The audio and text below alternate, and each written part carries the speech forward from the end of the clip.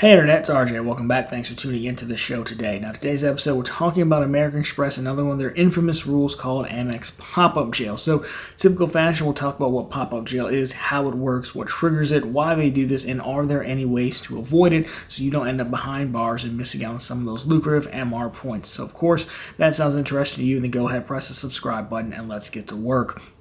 Now, when it comes to American Express, we all have to acknowledge that, yes, they are either 1 or 1A, the best credit card issuer out there, depending on how you look at things. Best cards, best rewards, but they are by far, hands down, the most sensitive, uptight issuer when it comes to their rewards. We've covered Rewards Abuse Team, we've covered their card rules. They have a third one out there called Pop-Up Jail. So let's start with what exactly is Pop-Up Jail. Well, Popup Jail gets its name because if you're applying for a new Amex charge card or credit card as a returning customer, you may, at application, before you submit the application, get a pop-up that says something to the effect of, hey, you were not going to be eligible for the sign-up bonus for this specific card.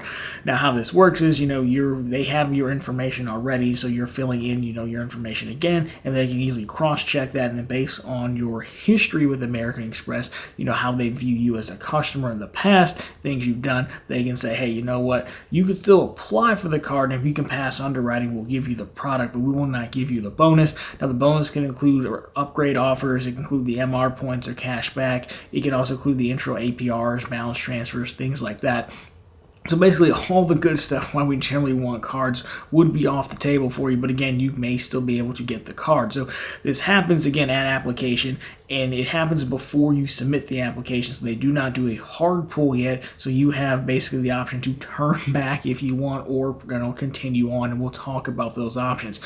So that's essentially Pop-Up Jail. Now, what exactly triggers Pop-Up Jail? We'll talk about that, then we'll show you the individual messages based on the triggers.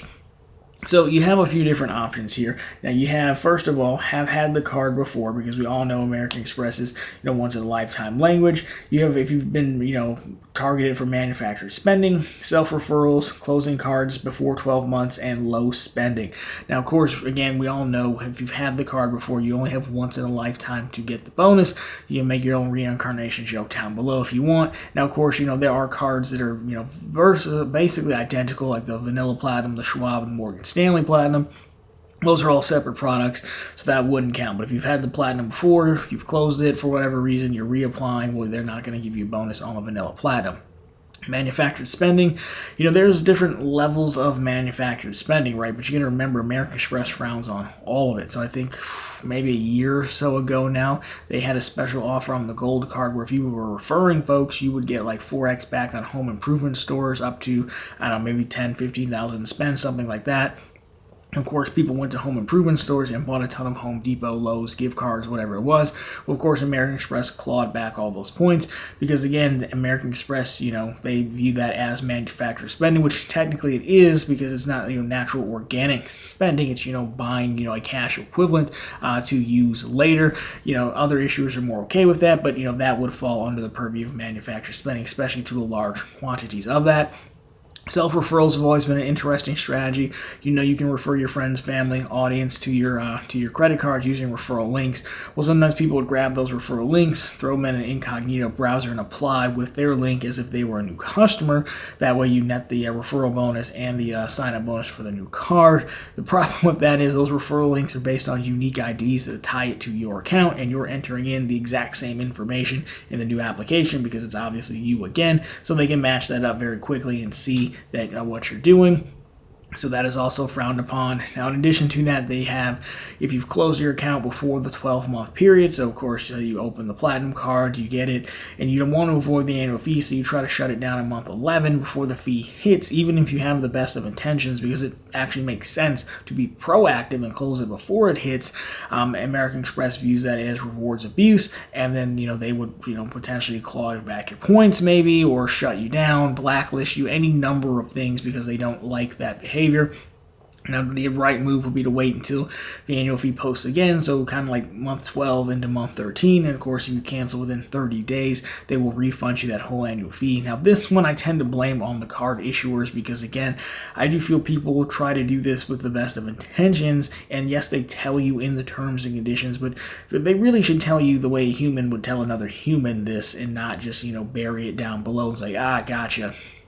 But that's a rant for another day. Of course, the last one is low spending, right? So if you've got Amex cards that you kind of desk drawer, stock drawer, so a lot of the co-branded stuff might make sense to get the card just for the status or the anniversary night. You don't really use it that much. Or maybe you have older Amex cards that you got to start a relationship with them. You just don't use them. Overall, you'll probably be seen as a not so profitable customer to Amex, and, they're just not going to want to do business with you. Now, you also notice that not really anything with the credits on here, so if you talk about like the airline incidental credit where you can still, backdoor use it to pay for a flight in a roundabout way, that stuff doesn't seem as of yet to get you in pop-up jail, but, I wouldn't be surprised eventually if they add it on there. So those are the triggers. Now, let's talk about the two messages that you could get. So we'll start off with the first one here. Both of these are compliments of frequent miler. So because you have had the platinum card, you are not eligible to receive the welcome offer. We have not yet performed a credit check. Would you still like to proceed? And then, of course, you can go to continue or cancel. And then note here, your application will be considered withdrawn if no action is taken on this page. So that one's not too bad. Again, we all know the rules. Now we have the other option here, though. This is a little more direct. So based on your history with credit card balance transfers, American Express welcome offers, introductory APR offers, or the number of cards you've opened and closed, you are not eligible to receive the welcome offer. We have not yet performed a credit check. Would you still like to proceed? In the same deal, if you don't do anything, it'll be considered withdrawn.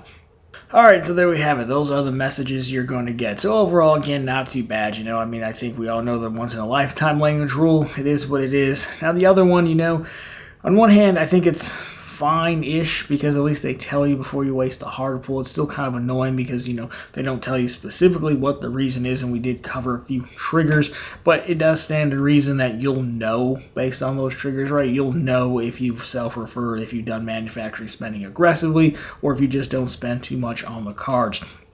Now, overall, why do they do this? Why do they care so much? Well, it always kind of surprises me because, again, Amex is their own payment network, so they do make money off of swipes. So the gift card purchasing thing has always been a bit weird to me. But aside from that, they really focus on profitability of customers and protecting partner relationships, in my opinion.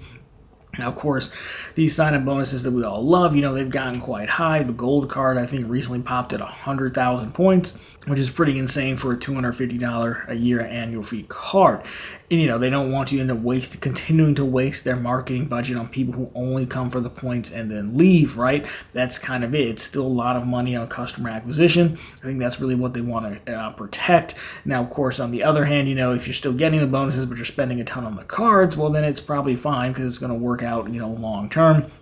Still a chance for you to pay interest, use the card in other ways, things like that, and for you to refer and bring in people, for them.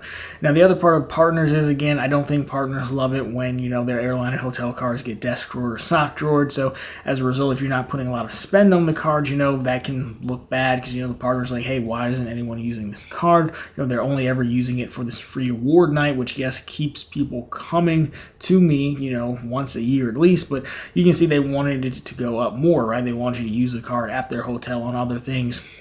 You kind of get the point there. So that's my overall thought on that. And I also think there's another part of this where, American Express doesn't have nearly as much items to cross-sell people as everyone else does. So Chase and Citibank, for example, Chase is pretty aggressive in cards, but Chase also wants to say wealth management, merchant services, business accounts, investment platforms, things like that, mortgages. Where Amex, yes, they have deposit accounts, but they don't necessarily push the way, everyone else does. So they kind of have to protect their core, which is cards, which is the annual fees, you paying interest, things like that. So overall, that's kind of my thought on that. Now, as far as what you can do about this, well, again, the obvious answer is don't upset American Express. And some of those are pretty self-explanatory. Like, even when I tell people openly I buy a ton of gift cards on my Chase cards, I would never do that with American Express cards, right? We know self-referring is definitely going to get you caught because it's so easy to match up the information. So, I mean, I think a few of those at the front are very self-explanatory, and to avoid those if you really want to continue down the path of American Express aggressively. Of course, using their cards can be very profitable. So if you have cards that you're not currently using or have been sitting around for a while, then, put some more spend on them, right? I don't spend irresponsibly. Maybe just shift from one card to another. It could be worth it even if that Amex card isn't getting you the best multiplier long term, depending on what card you have your eye on with the sign-up bonus. Now as far as how much, well, who's really to say here, right? I've read it in between $500 to $1,000 a month. I've seen people saying, hey, I just literally started putting $20 a month on it, for a few months, and then I came back and I was back in, right? So I would say do one of those things, probably put some more spend on it and check back in 2-3 months' time to see how it goes.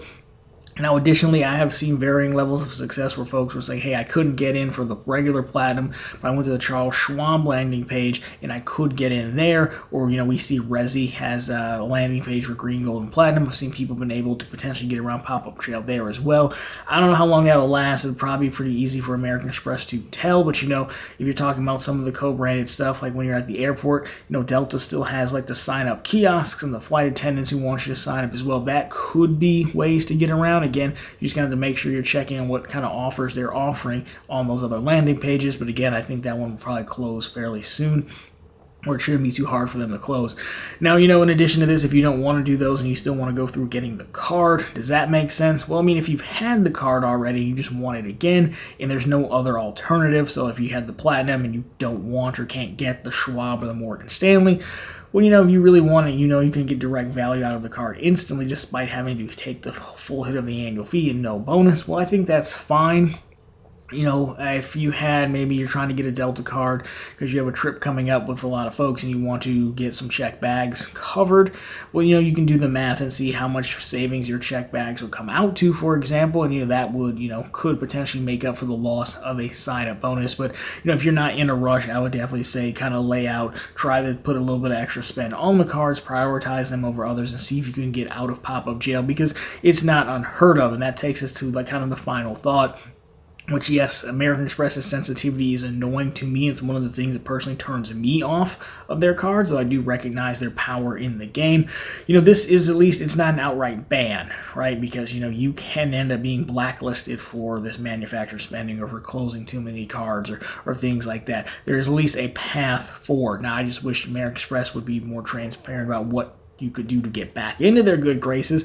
I think that would benefit both parties, honestly, but I don't see that happening anytime soon. So overall, that is American Express Pop-Up Jail, guys. So if you like this one, drop me a thumbs up down below. Of course, if you found it particularly interesting, consider subscribing to the channel. Again, posting content just like this every Monday, Wednesday, and Friday. Of course, right back here every Sunday with all the news you can use in the week that was in credit and finance. Question for you guys out there, the Amex faithful. Have you ever been in Popup Jail, and how did you get out? What did you do? If you share some data points, some stories down below, I'm sure you'd be helping out a lot of people. Love to hear from you guys. But anyways, guys, that's going to do it for this one. As always, thank you so much for watching. I'll talk to you very soon in the next one.